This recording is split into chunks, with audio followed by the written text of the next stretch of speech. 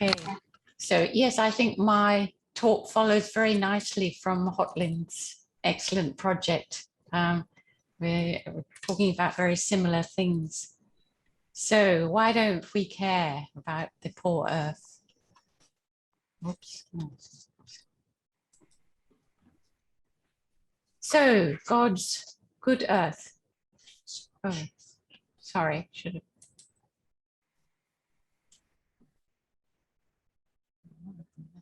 Perfect. Okay, God's good Earth is tragically, as we all know, under enormous stress from climate change, biodiversity loss, population growth, over-consumerism, over-waste, overuse of coal, gas, and farm fertilizers, etc. So we are now in the Anthropocene. So this means we humans are having an enormous impact on the Earth's geological ecosystems. And this includes the anthropocentric climate change. And huge loss of fauna and flora here in Australia and around the world. We're seeing prolonged and intense bushfires, floods, bleaching and death of the Great Barrier Reef, and prolonged droughts. Here we are in parts of Indonesia where the rainforests have been harvested for soya, for cattle food, and palm oil that goes into many, many of our products. And here in Australia, we're still building coal mines.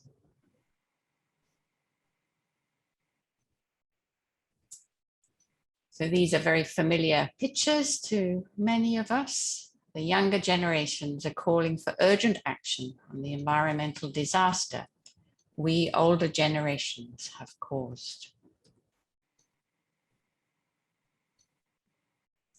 Michael Northcott, an international Christian ethicist, says climate change is the Earth's judgment on the neoliberal claim that the powerful and growing market systems combined with technological power can redeem us from all pain, suffering, and make us happy. So why are Christians not caring for creation? It's complex. So tragically, the biblical doctrine of creation and its care has been neglected and misinterpreted. The church has been unwilling to speak prophetically against the human exploitation of nature. These extraordinary environmentalists, who are actually not Christians, have been speaking out for many years. Well, Greta more recently. And of course, there have been others, this Irenaeus of Lyon in the 2nd century, and of course we all know St. Francis, but sadly their influence was limited. Plato has played a huge role in our philosophy, religion, culture, education, and science. His dualistic belief created a dualism between, we have the body and the mind, the heaven and earth, spirit and secular. And actually the first one should be the other way around. The mind, heaven, spiritual were considered more important. The Western Church adopted aspects of Plato's teaching. And we often see, if you go into cathedrals, pictures of Christians up in heaven with the angels. Also an emphasis on saving souls who will be taken up to heaven. So the earth was no longer important. Nature was placed on the bottom. A great chain of being, which again, I think continues to influence our beliefs. I think indigenous people are often down at the bottom as well. So the 18th century, the Enlightenment, humans had supreme power and domination over everything, over creation in particular. And sadly, this verse, well-known verse, God said, let us make mankind in our image, in our likeness, so that they may rule over the fish in the sea and the birds, over the livestock and all the wild animals, over all the creatures that move along the ground. To rule became to dominate and to control.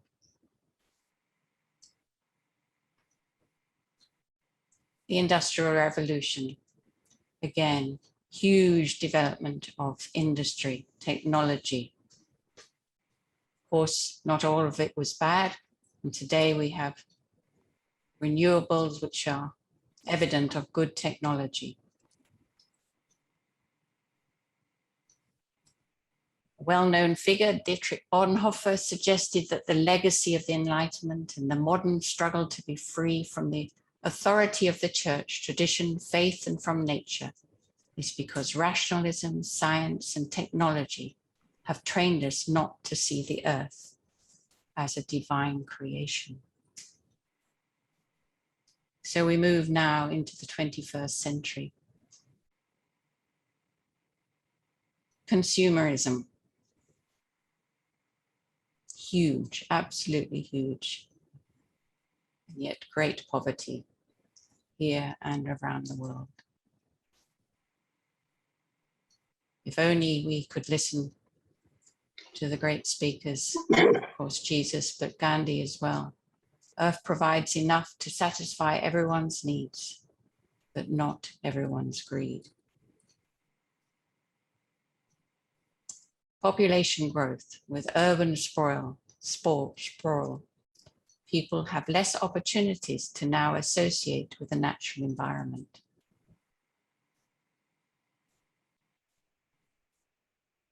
A funny cartoon, but actually it's quite true.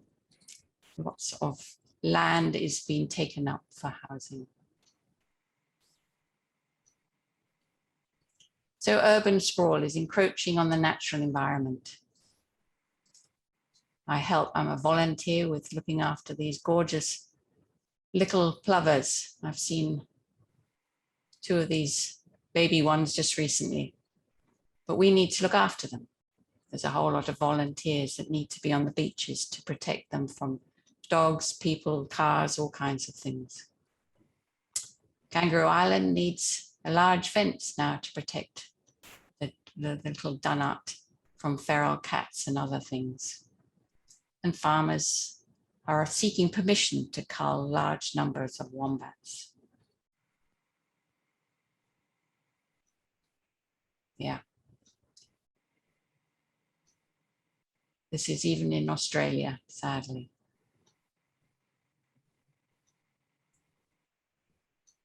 And also, I think we're learning the connection between the environment and its connection with the zoonotic diseases. As we cut down forests, cut down land, wild animals have less places to go to and therefore move closer to humans, and transmission is much more likely. So what is the greatest underlying cause of climate change and the environmental crisis? British climate scientist, chair of the IPC and an evangelical Christian, Sir John Houghton, actually just died last year from COVID. He was quite elderly. He said, looking after the earth is a God-given responsibility, and not to look after it is a sin. A well-known scientist, Swedish scientist, who said, I used to think the top global environmental problems were biodiversity loss, ecosystem collapse, and climate change. I thought that with 20 years of good science, we could address these problems, but I was wrong. The top environmental problems are selfishness, greed, and apathy. And to deal with these, we need a spiritual and cultural transformation, and that we scientists don't know how to do that. So what action should Christians be taking? Well, for me, it required me to reread the scriptures with a new lens. My evangelical beliefs were very narrow. So these are a collection of many books nowadays that are excellently written by top scholars, theologians, and are a wonderful resource for us as we seek to understand what the Bible does say about caring for creation. N.T. Wright, well-known theologian, says the great drama will end not with saved souls being snatched up into heaven, away from the wicked earth and the mortal bodies which have dragged them down into sin, but with the new Jerusalem coming down from heaven to earth, so that the dwelling of God is with humans. These are pictures taken near us. Beautiful birth the heavens declare. The skies proclaim the work of his hands. And the earth is the Lord and everything in it. So this requires, for all of us, Christians, non-Christians, a paradigm shift in our lifestyle. I'm sure many are recycling, trying to grow vegetables, having flowers for the native bees, butterflies, birds, and buying from op shops. We now live in an eco village in Aldinga. That's actually not our house. It's one of the houses in the village. Whole roof is full of solar panels. That's my son milking a goat. So all the houses are built in a sustainable way. We do a lot of sharing of resources and supporting each other. So we need to speak out, speak to our MPs. I should say we should be also looking at our banks. Who are we banking with? Our superannuation, where is it going? Is it going to the support coal and gas?